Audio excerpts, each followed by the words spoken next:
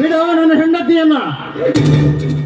ಓ ಸತ್ಯದೇವ, ಇನ್ನು ಸ್ವಲ್ಪ ಹೊತ್ತು ತಡವಾಗಿ ಬಂದಿದ್ದರೆ ನಿನಗೇನು ಆಗುತ್ತಿತ್ತು ದಾಡಿ?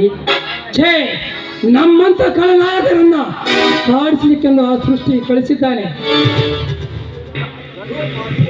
ತೂ ಪಾಪಿ ನನ್ನ ಮಗನಿ, ದುಡ್ಡಿನ ದುರಹಂಕಾರದಲ್ಲಿ ಈ ಜಗದ ಹೆಣ್ಣು ಮಣ್ಣುವನ್ನು ಎಲ್ಲ ನನ್ನದೇ ಎನ್ನುವಂತೆ ವರ್ತಿಸುತ್ತೀಯಲ್ಲ, ನಾಚಿಕೆಯಾಗುವುದಿಲ್ಲವೇ ನಿನ್ನ ಹೇಸಿ ಚೆನ್ನಮಕ್ಕೆ? ನಾಚಿಕೆ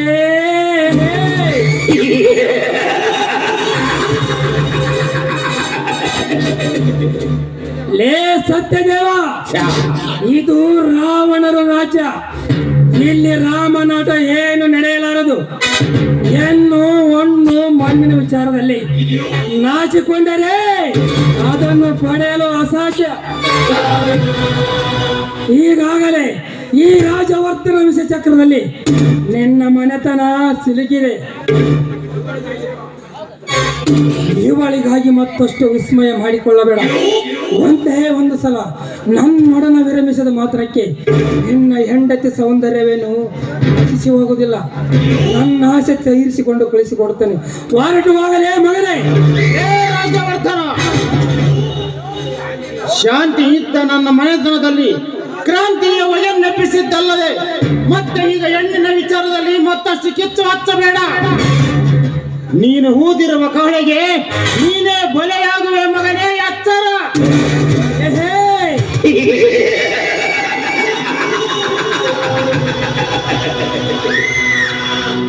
ಯಾರ ಆಯುಧಕ್ಕೆ ಯಾರು ಬಲಿಯಾಗುತ್ತಾರೆ ಅರಿವಿಲ್ಲದೆ ಆರ್ಪಡಿಸಿದ ದೇವ ನನಗೆ ಎದೆ ಕೊಟ್ಟು ಹೋರಾಟ ಮಾಡಲಾಗದೆ ನ್ಯಾಯಾಲಯದ ಕಡೆ ಮೊರೆ ಹೋದಷ್ಟು ಸುಲಭವಲ್ಲ ಈ ರಾಜವರ್ಧನ ಜೊತೆ ಕ್ರಾಂತಿಯ ಕಹಳೆ ಊದುವುದು. ಲೇ ರಾಜವರ್ಧನ, ವೈರಿಯನ್ನು ಹೊಡೆಯಬೇಕಾದರೆ ಶಕ್ತಿ ನೋಡಿ ಹೊಡೆಯಬೇಕು, ಇಲ್ಲ ಯುಕ್ತಿಯಿಂದ ಹಂತ ಕಾಣಿಸಬೇಕು. ಒಡೆಯುವುದು ಹಂತ ಕಾಣಿಸುವುದು ನಮ್ಮಂತವರಿಗಲ್ಲವೆಂದು ನ್ಯಾಯದ ಭಿಕ್ಷೆ ಬೇಡಿ ನ್ಯಾಯಾಲಯದ ಮೊರೆ ಹೋಗಿದ್ದೇನೆ. ನಿನ್ನಂತ ಇಸದ ನಾಗರ ಹಾವಿನ ಹೆಡೆ ಹೊಡೆದು ನಿಮ್ಮ ನಂಜು ನಿಮಗೆ ಕುಡಿಸುವುದು ನಮಗೇನು ದೊಡ್ಡ ವಿಚಾರವಲ್ಲ. ಪದೇ ಪದೇ ನೀನು ಕಾಲು ಕೆದರಿ ಜಗಳ ತಿಳಿದರೆ ನನ್ನ ತಮ್ಮ ಪರಸುಗಳ ಗಂಡುಗಳಿಗೆ ನಿನ್ನ ದಯ ಬಲೆಯಾಗಿದ್ದು, ಎಚ್ಚರ. ಶಬ್ಬಾಸ್ ಮಗನೇ, ಶಬ್ಬಾಸ್.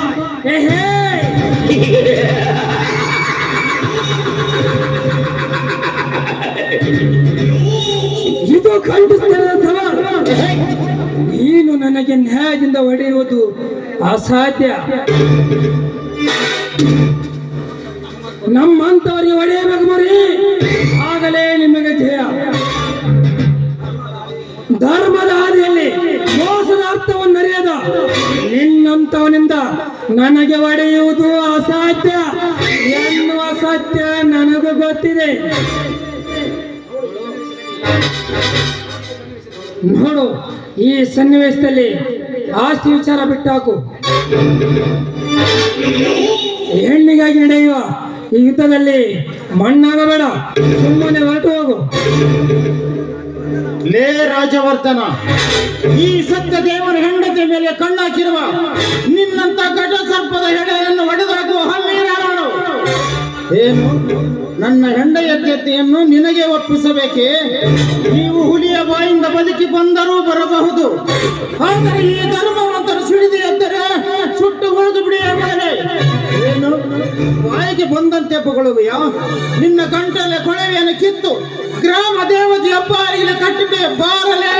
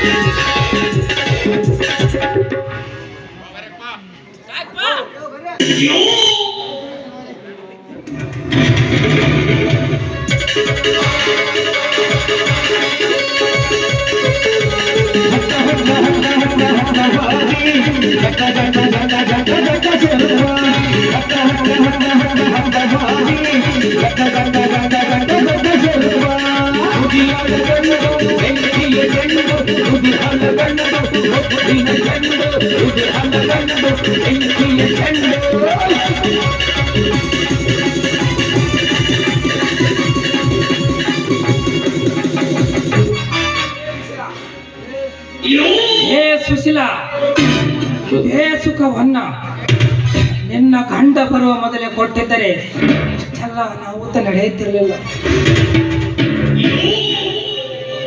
ನನ್ನ ಜೀವನದಲ್ಲಿ ನಿನ್ನಂತ ಹೆಣ್ಣಿನೊಂದಿಗೆ ಇಂಥ ಸುಖ ಕಂಡಿರಲಿಲ್ಲ. ನೋಡು, ಅರ್ಜೆಂಟಾಗಿ ಇವನನ್ನು ಆಸ್ಪತ್ರೆಗೆ ಕರೆದುಕೊಂಡು ಹೋಗು, ಇಲ್ಲ ಅಂದ್ರೆ ಗೊಟಕ್ಕಂದು ಬಿಡ್ತಾನೆ. ಇವನು ಬದುಕಿದ್ರೆ ಓಕೆ, ಇಲ್ಲ ಅಂದ್ರೆ ನಿನ್ನನ್ನು ನಾನು ಇಟ್ಕೊಂತೀನಿ. ಚಿಂತೆ ಮಾಡಬೇಡ.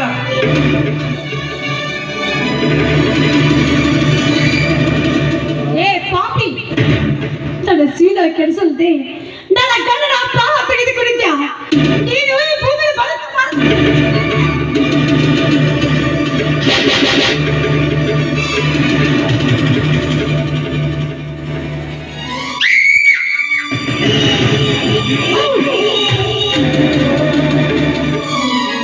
ಹತ್ತಿಗೆ ಹತ್ತಿಗೆ ಏನಾಯ್ತಣ್ಣ? ಮಗು ಪರುಷ, ಬಾರಪ್ಪ. ನಿನ್ನ ತಾಯಿ ಬದುಕುವುದಿಲ್ಲ, ನೀನನ್ನು ಆಸ್ಪತ್ರೆಗೆ ಕರೆದುಕೊಂಡು ಹೋಗು. ಹತ್ತಿಗೆ ಯಾರು ಮಾಡಿದಳಮ್ಮ ಈ ನೀಚ ಕೃತ್ಯವನ್ನು? ಅಯ್ಯೋ ಅಮ್ಮ, ಮೈದ್ರ. ಹತ್ತಿಗೆ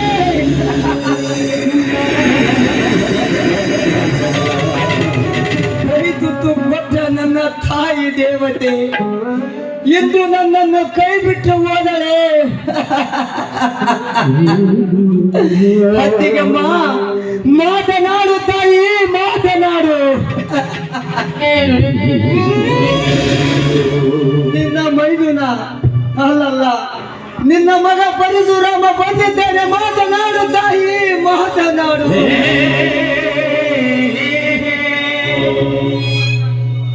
ಮಾಧವ ಪಿತ್ರರ ಮುಖವನ್ನೇ ನೋಡದ ಹತಭಾಗ್ಯ ನಾನನ್ನು ಪರಿತಪಿಸುವಾಗ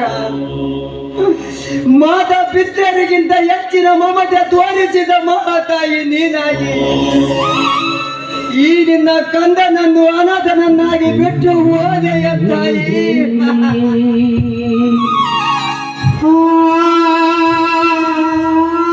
ಹೇ ದೇವ, ಮೆಚ್ಚಲೇಬೇಕು ದೇವ ನಿನ್ನಾಟವನ್ನು. ರಕ್ತದ ಮೊಡವಿನಲ್ಲಿ ಬಿದ್ದ ನನ್ನ ತಾಯಿಯನ್ನು ಕಂಡು ಮೆಚ್ಚಲೇಬೇಕು ದೇವ ನಿನ್ನ ಆಟವನ್ನು.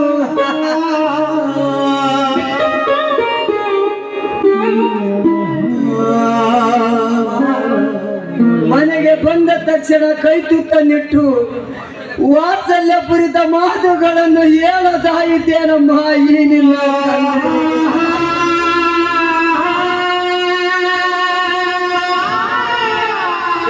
ದೇವ, ಇದು ನನಗೆ ನ್ಯಾಯವೇ? ಯಾವ ಜನ್ಮದ ಕರ್ಮದ ಫಲವ ಏನು? ಈ ದೈವ ಈ ನನ್ನ ಬಾಳಿಗೆ ಬೆಲೆ ಇಲ್ಲದ ದೇವ.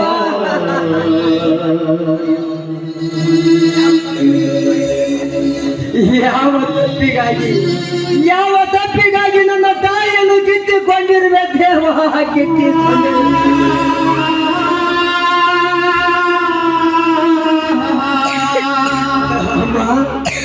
ಇನ್ನು ಮುಂದೆ ಯಾರನ್ನು ಕೈ ತುತ್ತು ಕೊಡೆಯನ್ನು ಕೇಳದೆ ತಾಯಿ, ಕೇಳದೆ. ಮುತ್ತೈದೇನೆ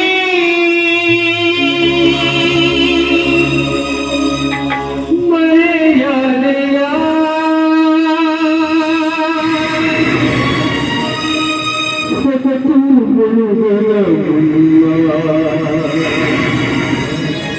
ಮುಳುಗಿದೆಯ ದೈದೇ